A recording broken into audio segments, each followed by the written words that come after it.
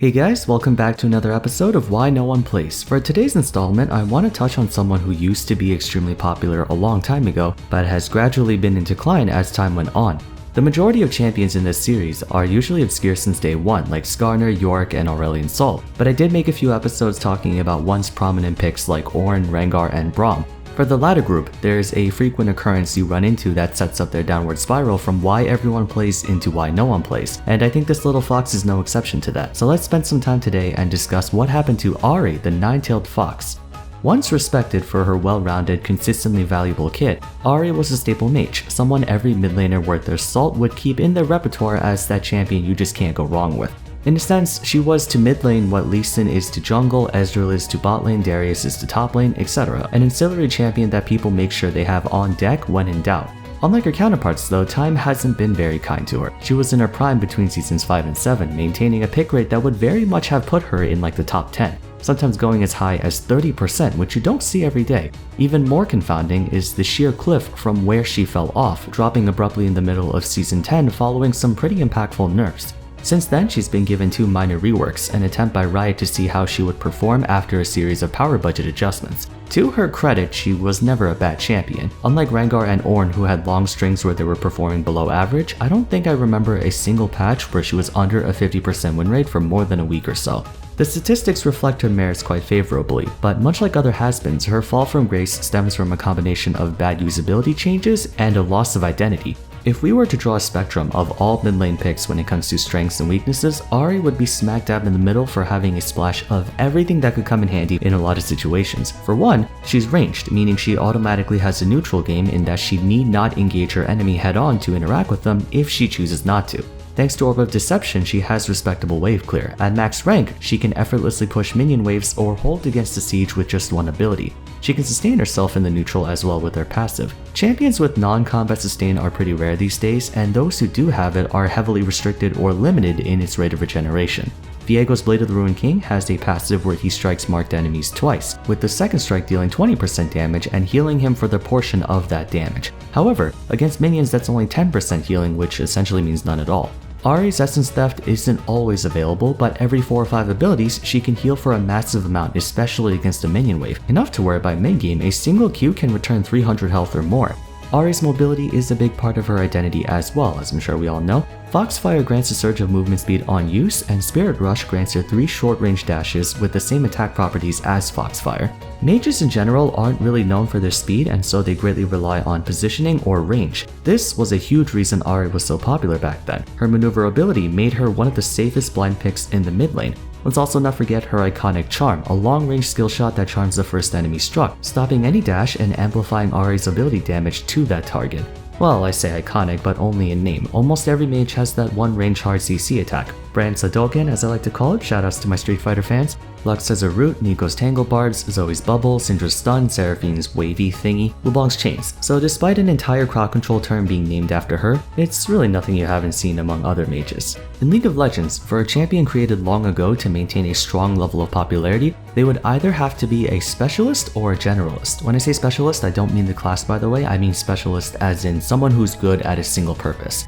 An example of a specialist would be someone like Blitzcrank. Man's got one job, but in the context of that job, he gets it done better than any other hook champion in the game. A generalist would be someone like Lee Sin, well-loved for his versatile abilities. That's how those champs remain relevant to this day, even though they were made almost a decade ago. Ahri is very much a generalist and can live up to what is expected of her role as a mid laner and a mage. However, while they might both be generalists on paper, Ahri and Lee Sin are not exactly in the same position on the social hierarchy, for lack of a better way to put it.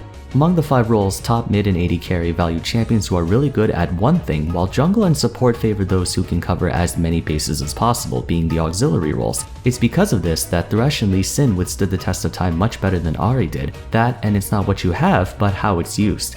Ahri has all the tools required to be successful, and she is by no means a weak champion, nor was she ever, but her abilities are all very basic in nature, and though her kit has a relatively healthy design without any major defects, she is a product of old champion design philosophy and therefore is lacking in spice, or in layman's terms, she's too simple for her own good. I just made an episode on Mundo and I talked about how one of his biggest problems is that he's boring to play, and I know the way I described Ahri just now makes it sound like I'm repeating it, but she's not inherently a dull champion. There just aren't that many ways you can change up her playstyle insofar as other generalists. Her versatility comes in the form of her abilities' innate properties rather than the different methods you can use them for, hence it's not what you have but how it's used. Orb of Deception packs burst damage, poke, and kiting all in one ability, but at its core it's just a straight line skill shot that does damage and nothing else. The boomerang effect was intended to create a bit of outplay potential between you and your target, similarly to how you see Echo mains use Phase Drive to try to get his Time Winder to nail his opponents on the way back. Ahri was intended to use Foxfire and or Spirit Rush to get their return damage more consistently, though that little mechanic often gets overshadowed by the fact that Charm is a way to guarantee both parts of her Q landing. Foxfire automatically targets nearby enemies, but it focuses on whoever is charmed first before going through a priority flowchart. Not a whole lot of ways you can mix this ability up either, it's just damage at the end of it all. Spirit Rush is where I'm sure a lot of you might be pointing your fingers towards. 3 short-range dashes certainly keep her light on her feet and can allow you to dodge what would otherwise be very dangerous attacks. She can dash to get closer to her opponents, to put a lot of distance from them, or in the middle of battle to reposition herself more favorably. But all of her mobility is tied to her ultimate, in other words, she can't use it during the neutral game. When playing Ahri, most of your time is spent fishing for picks with your charm and throwing your Q whenever off cooldown for poke damage or wave clear. You only really use Foxfire to last dead minions or whenever you do manage to tag someone. I have half a mind to say Ezreal's gameplay is more engaging than Ahri's because Arcane Shift is on a basic ability and not his ultimate, so even though Spirit Rush is 3 Arcane Shifts in one package, due to Ezreal having liberal access to his mobility, he can feel more fun to play in spite of having the same simple playstyle as her of just throwing Qs. Remember what I said at the beginning of the video about how ex-popular champions die off usually because Riot killed the champion through a bad rework? A cause for concern about Ahri was that she was too consistent, which, I mean, not the most unreasonable judgment. She has 2 auto-targeting abilities in the form of her W and ultimate and a very safe neutral game. So in patch 7.11 they gave her a round of nerfs, shifting damage away from Foxfire and Spirit Rush but partially compensating for them by upping Charm's damage a bit. This marked the beginning of a series of changes that would, at least in my opinion, ruin what made her so popular in the first place. Ahri's reworks and balance changes greatly weakened her 2 main strengths, her consistency and safety, and tried to veer her away from a generalist and more into a specialist, which is not what she was built for. She's still able to perform at the same level, but with more hoops you have to go through. As a result, the only people who were inclined to continue playing her were for the most part one-tricks or those with a penchant for her type of gameplay, losing everyone else who only thought of her as a valuable staple because she's no longer a staple. There's nothing wrong with trying to turn Ahri into a specialist, but if you want to remove her all-purpose flexibility, it needs to be adequately compensated through another beneficial effect, which they completely forgot to give.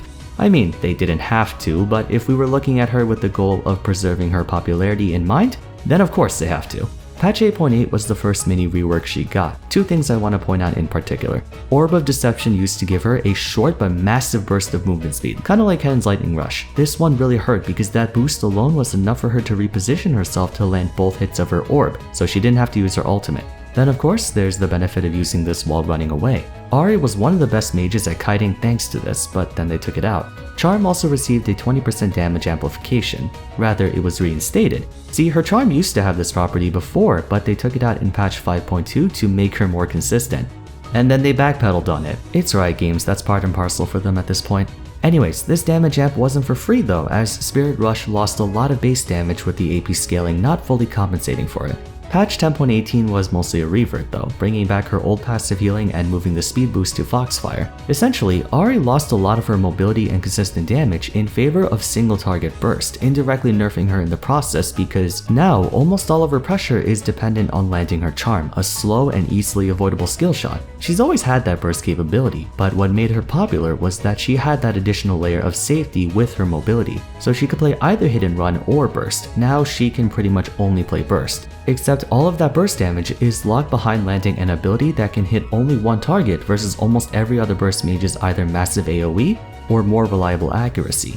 In her current state, Ahri's a jack of all trades but master of none. Even after her changes, she's always a good pick for any team composition, but she will never be the best pick as she doesn't have enough of any benefit. That would ordinarily be made up for by again her general proficiency, but ever since Riot's haphazard attempt at making her a dedicated burst mage, those other attributes don't pick up enough slack to justify playing her over someone who specializes in damage. Ahri has range, but not very long range, and has to be closer to opponents than she's comfortable with. She can get easily boxed out by artillery mages like Xerath and Ziggs, and even long-range burst mages like Syndra and Zoe. Ahri has mobility, but not enough to put her in the same weight class as Slayers or Divers. Her dashes are more in the same vein as Kallista's martial poise. They're fast and cover enough distance to sidestep a couple attacks here and there, but she won't be outpacing Zed, LeBlanc, Hecarim, Irelia, Camille, etc. like ever. Ahri has damage, but not like, how do I say? You know, she doesn't have so much damage to where in the mid to late game your entire gameplay revolves around knowing where she is. Sure, getting hit by her charm spells certain death for squishy targets, but that's only one person. Just about every other burst mage has either huge AoE damage or point and click lockdown and burst. For instance, Orianna, gotta watch out for that shockwave which can blow up your whole team. Annie's Flash Tibbers is to this day one of the most terrifying things in existence. Fiddlesticks, this man can do more damage with his ultimate than Ahri does with their entire kit. Ahri has damage, but she doesn't have that much damage. Her kit wasn't designed to be a dedicated burst mage, that was only a secondary component. Her original design was to be a generalist hit and run type mage, as she was one of the very few AP champions who had that much mobility back then. Usually single target burst mages like Syndra, Zoe, and LeBlanc have ease of access in exchange for not having that AoE pressure, or at least not as much as the likes of Brand, Orianna, and Annie. Syndra's basic abilities have far more range, and Unleash Power is point and click. Zoe has a way of annihilating you from a full screen away, then dipping right out with Portal Jump. LeBlanc, same thing, she can dash in, nuke you, and blink back out. For Ahri to achieve the same burst, she has to put herself very close to her opponents because Foxfire and Spirit Rush have a target range of only about 600. She's way riskier than other single target burst mages as a result. And let's not also forget the time it takes to use her abilities. Orb of Deception takes almost a full second and a half to fly out and return, and Spirit Rush takes at least 2 seconds to use all 3 dashes. Charm doesn't last nearly enough time for you to safely use your entire combo, whereas Syndra can press all her buttons during the time she stuns you, Orianna can QRW instantly, Annie can do the same, Veigar can do the same, Vex can do the same, Lux can do the same. I think apart from Brand, Ahri is the only burst mage in the game who doesn't have enough time to use all her damage with just her built-in CC. That's because, again, she was never meant to be a dedicated burst mage, it was always a byproduct.